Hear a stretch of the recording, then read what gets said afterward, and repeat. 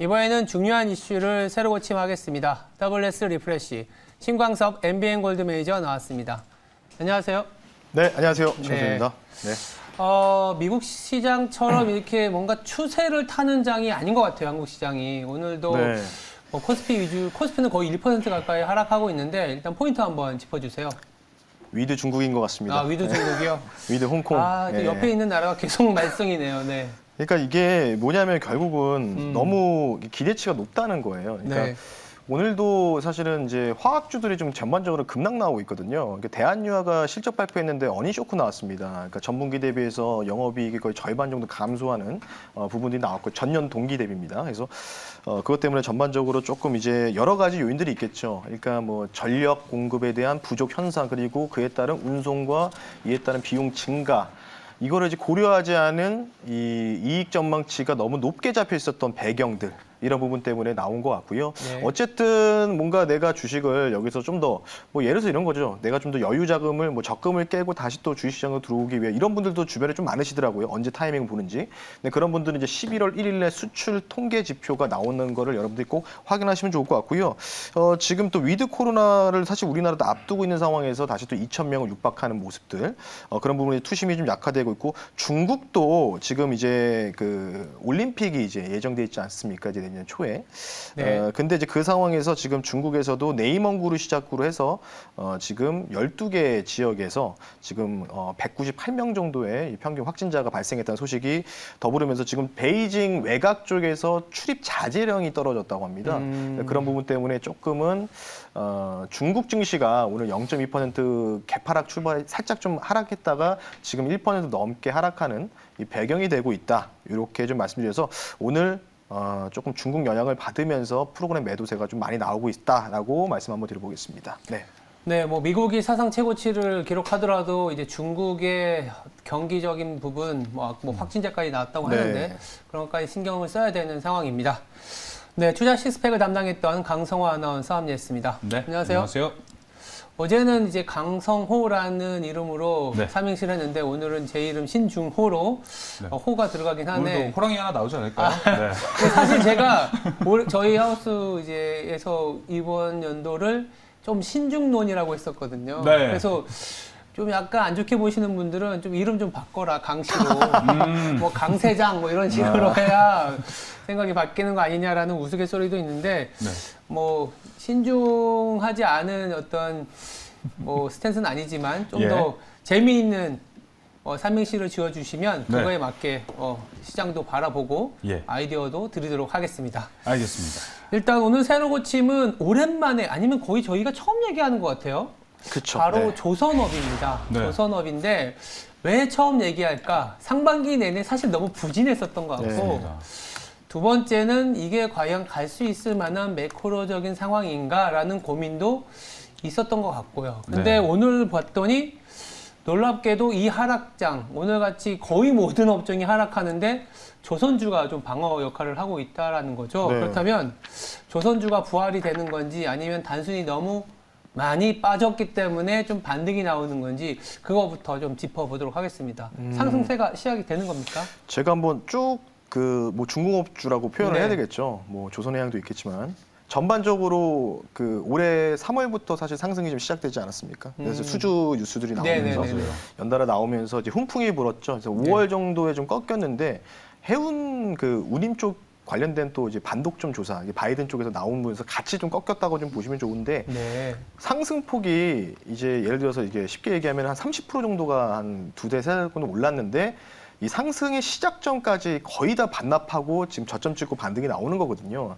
근데 이게 이제 뭐 오늘 질문 자체가 부활이냐 이게 이건데 뭐 부활이라고 봐도 좋을 것 같아요. 부활이라고 봐도 좋지만 이게 여기서 V자 반등을 예상하는 분들이 좀 많으신 것 같은데 조금 이제 긴 호흡적인 측면에서는 어쨌든 바닥을 찍었다는 좀 신호탄은 저는 발생했는데 아직 그 여러 가지 뭐 레포트들도 뭐 좀 최근에 좀 긍정적인 레포트가 있지만 현장 분위기는 전혀 아니거든요. 지금 이게 조선 쪽이. 그래서 이 부분들 상승세는 저는 오늘부터는 좀 종결되지 않았나 이렇게 좀 단기적인 상승 종결됐다 이렇게 말씀을 한번 드려보겠습니다. 네.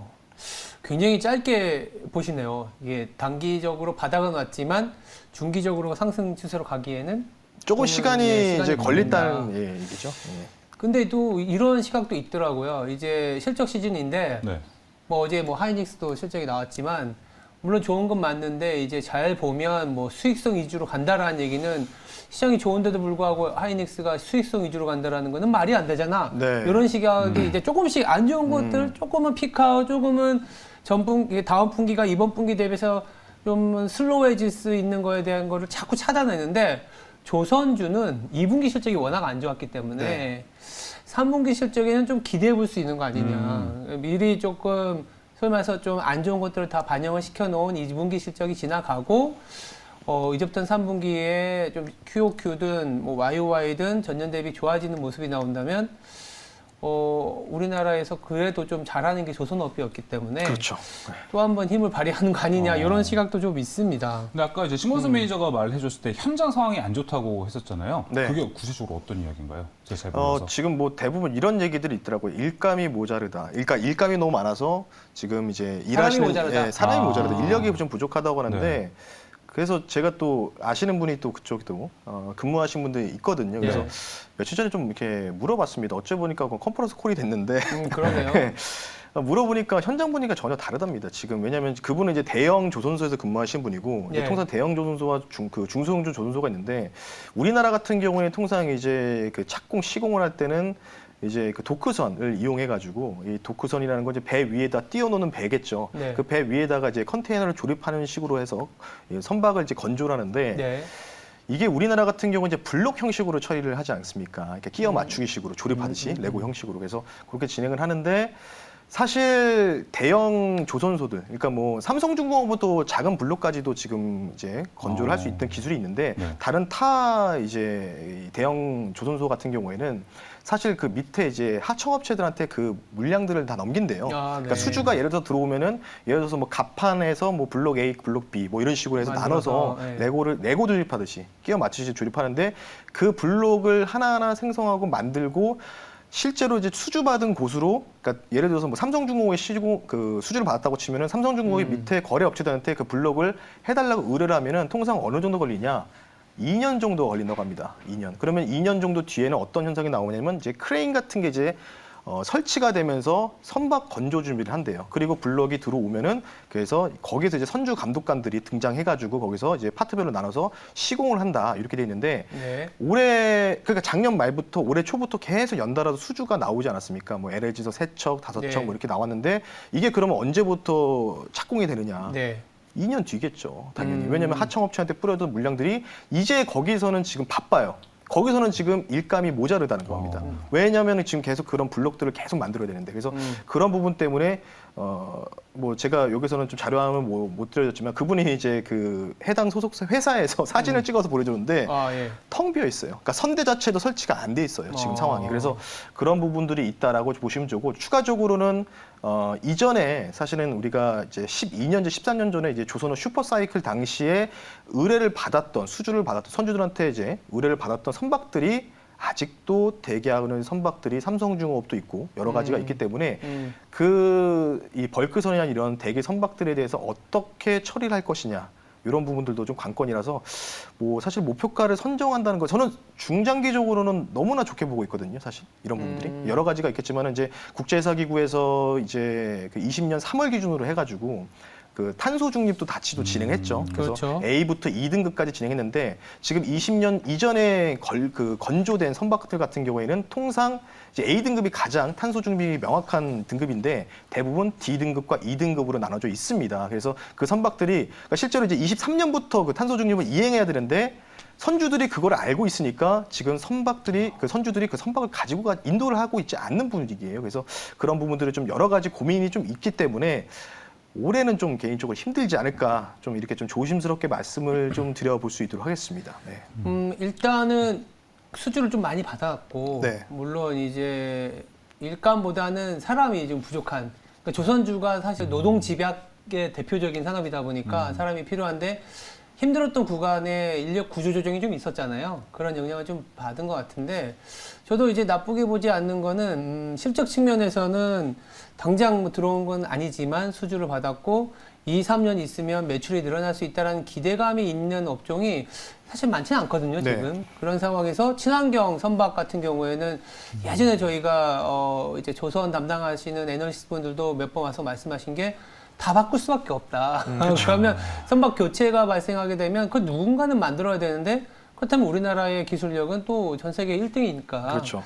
우리나라가 반드시 뭐 뭐라 할까요? 늘어나는 수주의 한 켠을 장악할 수밖에 없다. 이런 얘기를 좀 하고 있어서 그게 오늘부터 나온 바닥이 시작일지 네. 아니면 좀 돌다리를 짚어보면서 갈지는 모르겠지만 그래도 오늘 시장에서는 좀 의미 있게 반응을 해주는 것 같아요. 네, 이만한 게 있겠냐라는 생각에 많이 떨어졌던 부분도 가격적인 맞아요. 메리트도 있다 이미 보니까. 좀 많이 빠졌었죠. 그래서 그런 것들이 좀 들어오는 거 아니냐라는 싶은데 일단 오늘은 너나 할 거 없이 조선이라는 간판을 달고 있으면 거의 다 오르는 것 같거든요. 네. 근데 그 중에서도 약간 차별화가 발생할 수 있을 것 같아요. 뭐 아까 말씀하신 것처럼 대형주와 아니면 그 안에서 기자재. 납품하는 그쪽 조선 기자재냐 이런 식으로 좀 나뉘어서 어쩌면 투자의 선순위, 후순위를 좀 봐야 될 것 같은데 매니저분께서는 어떻게 사실 보세요? 지금 오늘도 뚜렷하게 나오고 있는 게 대형 이제 중공업사라고 좀 표현을 하겠습니다. 네. 조선소들.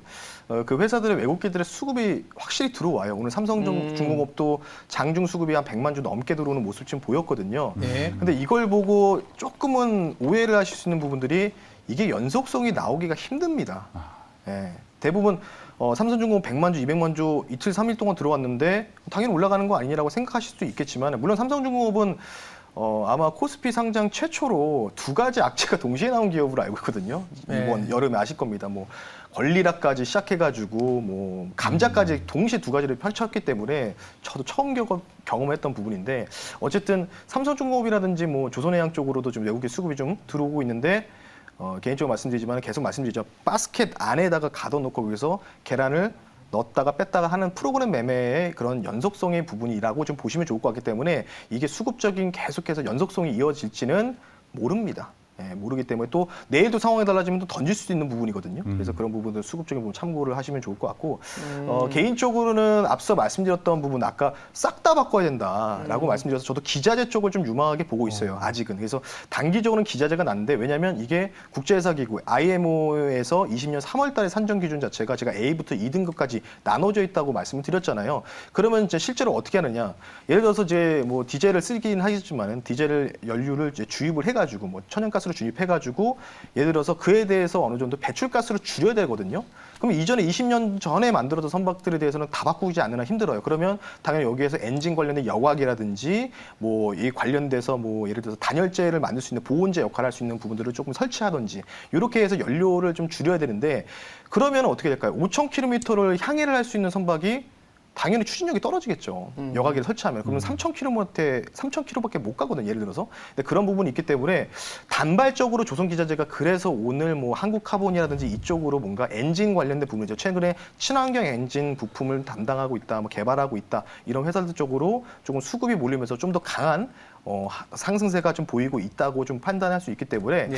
그래서 대형주는 그냥 솔직하게 말씀을 드리면 네. 올해보다는 내년 여름 정도에 보자. 좀 더 긴 시각으로 좀 보셨으면 좋겠어요. 그리고 그때부터는 다시 조선주가 정말 제대로 된 사이클이 나오지 않을까 예상을 하기 때문에 지금은 제가 볼 때는 이제 친환경과 결부된 이 기자재 이쪽 특히 이 친환경 엔진 부품 쪽을 담당하고 있는 회사들 위주로 여러분들이 집중적으로 보시는 게 좋지 않을까 이렇게 말씀 한번 드려보겠습니다. 네, 알겠습니다. 일단 조선주가 여러 악재들 얼마 전에 또 뭐 상장 이슈로 인해서 좀 시끄러웠었지 않습니까? 뭐 더블 카운팅부터 기존 주주에 대한 배임이다 뭐 이런 네. 얘기가 나왔었는데 그런 여러 악재들로 인해서 조선주가 굉장히 많이 외면을 당했다가 오늘은 이제 이만한 기업 없다 그리고 많이 빠졌다라는 인식이 강해진 건 맞지만 대형주는 좀 시간을 갖고 투자하고 네. 오히려 중소형주, 조선 기자재주 중에서는 친환경과 관련된 부품 보자라는 그렇죠. 얘기였습니다. 조선은 여기서 좀 마무리 지으면 될 것 같고요. 두 번째 세력 고침은 우리나라의 어떤 박스권이라고 할 수 있는 부분인 것 같아요. 아니면 미국은 저렇게 잘 가는데 저희가 오프닝이나 아니면 이제 WS 리프레시에서 포인트도 한번 짚어봤지만 좀 지지부진하거든요. 중국 네. 영향도 있는 것 같고 저희들이 이 자리에서 계속적으로 말씀드린 게 박스권 얘기는 드렸는데 네. 공교롭게도 다시 3050에서 조금은 밀려나면서 박스권, 레벨 다운 박스권이 좀 진행이 되고 있는데 벌써 상단에 도달을 했다고 보시는 건가요? 참 어제 그냥 조심스럽게 말씀드렸는데 조금 숨고르게 필요하다. 네. 그러니까 좀 이제 사실은 하락이 사실은 거의 400포인트 나오지 않았습니까? 지난 이제 8월부터 시작해가지고 2달 동안에. 그렇죠. 그리고 나서 이제 한 리바운딩이 한 150포인트 정도 나온 것 같아요. 160포인트 정도. 거의 한 3분의 1 정도 리바운딩이 나왔는데 이제 여기서 이제 고민해야 될 부분들이 이번 주까지는 계속 3,000선 내외에서 계속 움직일 가능성이 있다고 보고 있어요. 뭔가 미중 관련된 부분들 마찰에 잡음이 없어지거나 뭐 이런 부분이 있으면 올라가겠지만은 네. 그래도 상당히 제한된 게 앞서 말씀드렸던 컨센서스겠죠. 네, 그래서 그런 부분들을 우리가 추측할 수 있는 게 11월 1일 날 나올 수출 데이터라고 좀 보시면 좋을 것 같고 대부분 이렇게 생각을 많이 하시더라고요. 작년에도 이랬다. 작년에도 사실은 8월부터 10월까지 박스권이었단 말이에요. 300포인트, 400포인트 나이에서. 그래서 11월 달이 다시 어게인 될 수 있다. 근데 분명히 말씀드리지만 그때 당시 11월 달 수출 지표가 반도체가 정말 잘 나왔었습니다. 예, 증가율이 너무나 잘 나와서 그때 이제 삼성전자나 SK 하이닉스, 전자닉스라 통칭하겠지만 그쪽 종목들 위주로 그래서 대형주 위주로 가면서 그리고 애플카 이슈까지 좀 엮이면서 지수 자체가 굉장히 크게 갔죠. 근데 네. 지금 상황에서는 그렇게는 좀 생각을 안 하시는 게 좋지 않을까. 그래서 만약에 저도 마찬가지고 아마 우리 앵커님도 마찬가지겠지만 11월 1일 날 수출 증가 데이터가 굉장히 좋게 긍정적으로 나왔다고 하면은 저는 여기서 3,300까지 더 갔고 여기 넘어갈 가능성이 있다고 목표 타겟을 좀 더 상향 조정하겠죠. 근데 지금 상황에서는 아직 11월 1일 결과를 좀 봐야 되지 않겠습니까? 예, 그렇죠. 혹시 11월 1일 날 잘 나올까 안 나올까 혹시 뭐 근데 네. 기존 10일, 그러니까 원래 관세청 기준으로는 네. 이제 데이터가 워낙 빠르게 나오기 때문에 그렇죠. 지난 21일에 보면 20일까지의 수출 금액이 나왔거든요. 나쁘진 않았지만은 다소 조금 비틀어서 보면은 반도체 수출 증가율이 생각보다 잘 안 나왔어요. 그러니까 전체 수출 증가율보다 보통은 반도체 수출 증가율이 더 뭐 예를 들어서 전체 수출 증가율이 10%면 반도체는 뭐 20% 이렇게 나왔는데 네. 이번에는 전체 수출 증가율보다 반도체가 좀 덜 나왔었거든요. 그래서 이제 우리 그 수출의 핵심은 어쨌든 반도체가 25% 이상 차지하잖아요. 네. 그래서 그런 것들이 조금은 지켜봐야 되는 거 아니냐라는 시각을 불러일으키는 거라서 다음 주 월요일에 나오긴 하겠지만 일단은 모멘텀이 좀 둔화될 가능성에 저희들도 좀 보고 있는 상황이고 일단 그런 어떤 옥신각신한 상황이기 때문에 시장도 지금 3,000을 살짝 뭐 소폭 상회한 상황에서 좀 경계 심리 아니면 관망 심리가 유입되는 거 아닌가라는 생각이 들고 있습니다. 제 문제는 이제 저희들도 얘기 드렸지만 이번 주는 또 10월의 마지막 주이기도 하고요. 또 다음 주가 되면 11월이 시작이 되는데 11월에도 시장이 또 이렇게 지지부진하게 움직일지 아니면 또 보다 중요한 거는 물론 시장이 400포인트 빠지고 150포인트 올라오는 상황에서 어느 정도 상당한 변동성은 조금은 감내한 시장이라는 생각도 들긴 들거든요. 네. 고점에서 10% 하락하다 보니까. 그렇다면 지금부터 시장이 좀 지지부진하더라도 우리가 좀 쳐다봐야 되는 업종이 있을 수밖에 없을 것 같아요. 그리고 저희들이 또 박스권을 상정한 상황에서는 뭐 도드리표로 이게 항상 말씀드렸던 업종일 수도 있는데 일단 어떻게 보시나요? 일단은 업종을 말씀드리기 전에 네네. 한 가지만 좀 말씀을 드리고 네네네. 바로 업종으로 이제 어떤 쪽에 이제 계속 이어질 것을 말씀드리는데 네. 이제 뭐 미국은 일단은 12월 초까지는 미국도 좀 숨고르기 좀 들어갈 것 같아요. 뭐 제가 지난번에도 우리나라 시장 빠질 때도 미국은 바닥 찍었다고 말씀드리고 미국은 지금 거의 사상 최고치 가고 있죠. 네. 12월 초까지는 미국은 큰 악재 없는 이상은 괜찮다라고 먼저 말씀드리고 중국을 주목하셔야 된다. 오늘 이제 어제죠. 중국 인민은행에서 여갈피를 공급을 했었습니다. 지금 제가 오늘은 자료가 준비가 안 돼서 내일 한번 제가 한번 보여드릴 텐데 중국 M1, M2 통화 증가율 요거를 한번 내일 한번 설명해 드릴 텐데 간단하게만 코멘트 해드리면 예. 줄어들었습니다. 많이 꺾였어요. 아마 많이 아시다시피. 꺾였죠. 그래서 네. 지금 중국에서 이거 생각보다 우리가 이미 코로나 때 긴축을 조금 했는데 오히려 그래서 경제적인 자신감이 있는데 전력난이라든지 이런 갑자기 대외적인 변수가 출현하면서 중국 정부도 조금 긴장하는 것 같습니다. 이러다가 베이징 동계 올림픽이 예정돼 있는데 이거 잘못하다가 흥행 못하는 거 아니야? 약간 이런 부분들. 그래서 아마 중국에서 이 M1, M2 관련된 증가율이 계속해서 또 올라갈 수 있는지 그런 여부들 집중하신다면 중국의 통화 증가율이 올라가면 당연히 우리나라 섹터에서도 주요 종목들이 또 반사 수혜를 받을 수 있는 가능성은 당연히 있겠죠. 대중 수출 국가이기 때문에 참고하시면 좋을 것 같고 그러면 당분간 이쪽으로 정말 영향이 덜 받는 거 인플레겠죠 결국은. 그러니까 미디어 콘텐츠가 계속해서 11월 중순까지는 주도할 거다. 그러니까 지금 게임과 미디어 콘텐츠가 서로 돌아가면서 누가 왕이냐고 할 정도로 계속해서 국강인신을 하고 있고 오늘은 게임주가 좋은 분위기를 좀 진행하고 있고요. 그래서 아마 인플레 영향을 덜 받는 미디어 콘텐츠를 11월 아마 제가 볼 때 19일일 거예요. 아마 그 지옥이죠. 넷플릭스 지옥. 그래서 그 런칭 때까지 이제 주요 이벤트, 뭐 디즈니도 있고 여러 가지가 있기 때문에 그때까지는 계속해서 미디어 콘텐츠의 순환매를 여러분들이 즐기실 필요가 있다라고 말씀 한번 드려보겠습니다. 네, 지금 이제 계속해서 저희가 오늘 신중호 삼행시로 저희 이벤트 진행하고 있잖아요. 네. 맑은 하늘님께서 보내주셨는데 오늘 요걸로 바로 PT의 포문을 열면 좋을 것 같습니다. 네, 신규 종목 없나요? 중간 정도 무난히 가는 호재가 가득한 종목 부탁드려요. 가로치고 신중호님 멋져요 하는데 감사합니다. 자, 호재가 가득한 종목으로 오늘 PT 좀 부탁드려 보겠습니다. 네. 신광수 매니저님. 목표가를 터치한 종목이 있었습니다. 네. 맞습니다. 그래서 그 종목이 있었는데 사실 리뷰를 못 하고요. 네. 제가 이 종목을 한번 끊었다가 다시 눌리면 편입한다고 한번 말씀을 드렸잖아요. 맞아요. 그래서 수익 축하드린다고 말씀드렸고 그래서 오늘 종목도 미디어 콘텐츠죠. 바로 지금 13% 나왔는데 네. 바로 이 종목입니다. 다시 가지고 나왔습니다. 대원 대원 미디어. 미디어라는 종목을 다시 또 재편입을 할 수 있도록 하겠습니다. 뭐 대원 미디어 같은 경우에는 워낙 그 IP 쪽으로 굉장히 지적재산 관련된 부분들을 굉장히 좀 대형 엔터 쪽으로 좀 많이 증진을 했다고 보시면 좋을 것 같고요. 아실 거예요. 11월 4일 날 용갑합체 관련된 부분이 있는데 차트 보면서 좀 간단하게 좀 말씀드릴게요. 최근에 변동성이 좀 나왔거든요. 네. 한번 볼까요? 한번 화면 보겠습니다. 이때 이제 캔들 한번 볼게요. 요날 캔들이 이때 제가 이때 봤었는데 이때 그 하한 VI라고 하죠. 하락 VI. 예. 하락 VI가 걸렸었어요. 마이너스 10%까지 급락 나왔다가 여기서 쭉 올라갔다가 지금 약간인데 요때가 무슨 일이 있었냐면은 용갑 합체 아모드사우루스가 넷플릭스에 런칭한다. 이 소식이 나오면서 이때 하락이 나왔다가 모르겠습니다. 여기에도 누군가가 있는지 모르겠지만 어쨌든 다시 상승으로 마감했고 그 상황에서 적절하게 지금 눌림이 그러니까 여기서부터 여기까지 올라온 상승에 대한 좀 적절한 숨고르기가 나왔다고 판단되고 있기 때문에 오늘 날짜가 수요일이니까 목금 그러니까 일주일 정도 남은 것 같아요. 용갑합체 반영 관련된 부분들까지 그래서 아마 그에 대한 기대감들 아직은 남아있다라고 말씀드리고 싶어서 말씀드리고요. 그리고 웹툰이 최근에 인기가 많죠. 웹툰 관련된 부분의 수익성이 굉장히 크기 때문에 IP 자체를 좀 확보해 놓은 상황에서 웹툰 제작 스튜디오를 또 단독적으로도 설립을 한다는 소식이 나왔기 때문에 그에 대해서 이제 어느 정도 성장에 대한 부분들이 좀 있다라고 좀 보시면 좋을 것 같아서 11월 4일까지, 그러니까 최소 11월 3일까지는 우리가 보유할 수 있는 종목이다. 근데 그 전에 올라오면은 매도하는 전략이 여러분들 필요하겠죠. 재료 노출이라고 판단해서. 그래서 이 종목은요, 목표 가격을 좀 단기적으로 짧게 보겠습니다. 49,000원 선으로 말씀드리고요. 아마 똑같이 한 14% 정도 내외일 겁니다.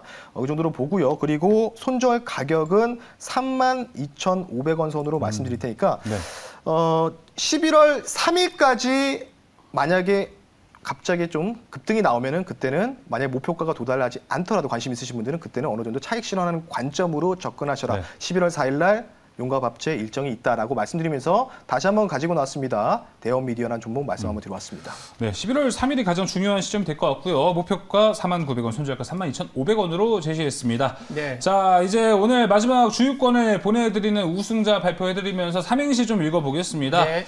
자, 이거는 제가 신중호 앵커님의 응원 댓글에서 하나 뽑아봤습니다. 아, 그래요? 바로 박엘리샤님께서 보내주셨는데요. 네. 신중한 앵커 신중호.